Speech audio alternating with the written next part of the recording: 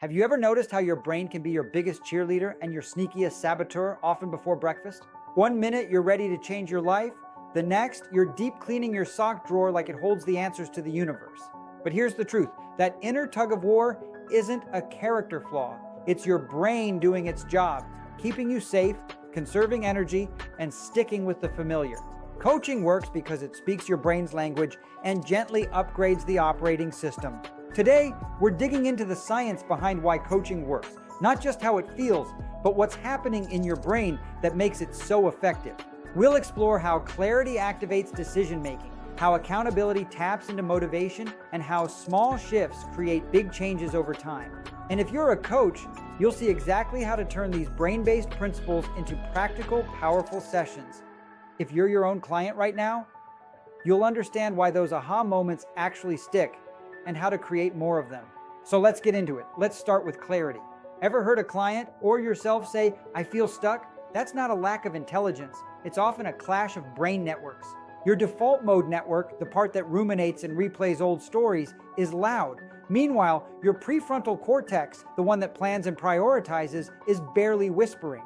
Coaching flips that switch.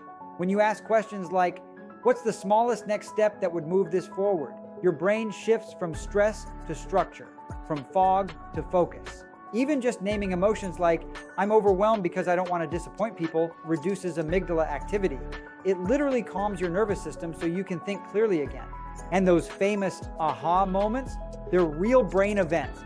Insights happen when the brain pauses, shifts attention, and makes new connections. Coaching creates the perfect conditions for that. So how can you create clarity on purpose? Ask future-focused questions like, what decision would your future self thank you for? Embrace silence. Give a good 5-10 seconds after a question and let the brain do its work. Get thoughts out of the head, onto paper, a whiteboard, a napkin, anything. Turn vague goals into visible ones. Be more confident becomes speak up in the Monday meeting without second-guessing myself. Take Maya, for example. She came to coaching unsure whether to leave her job. Instead of jumping into advice, we mapped 3 paths: stay, shift, or exit.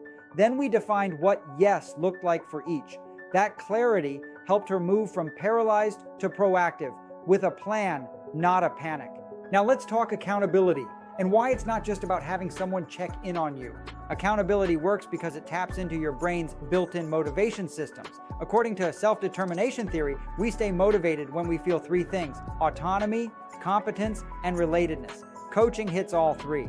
We also need expectancy and value, meaning I believe I can succeed and it's worth it. That's why great coaches ask, on a scale of 1 to 10, how confident are you? If it's a 6 or lower, we shrink the action or boost the support. One of the most powerful tools, implementation intention. That's just a fancy way of saying, if it's 7 a.m. and I've had coffee, then I'll write for 20 minutes. This anchors your goals to your routine, and your brain loves that predictability. Now, let's bring it to life with James. He wanted to write a book, but kept saying he didn't have time. We anchored writing to his coffee habit, blocked 20 minutes in his calendar, and he sent me a 1-line update each day. 3 weeks later, 12,000 words and a new identity. I'm a person who writes. That brings us to the final piece, lasting change. Coaching helps people turn "I did this once" into "this is who I am." Here's how the brain builds habits that last. Cues create consistency. Tie behaviors to existing routines. Rewards lock them in. Celebrate with a check mark, a smile, or a dopamine-boosting "nice job." Identity makes it sticky. "I'm a healthy person" is way more sustainable than "I should eat more veggies." Emotion reinforces memory. Link new habits to values and positive emotions. Environment shapes behavior. Lay out your workout clothes, remove distractions, create friction for what you don't want. A few practical moves. Use habit stacking. After I brush my teeth, I reflect on 1 win from today. Try WHOOP, wish, outcome, obstacle, plan. Optimism plus realism, your resilience. Schedule weekly reflection. What worked, what didn't, what's next? Celebrate tiny wins. The brain doesn't need epic victories, it just needs momentum. So if you're ready for a little experiment, here's your 7-day coaching challenge. Clarity.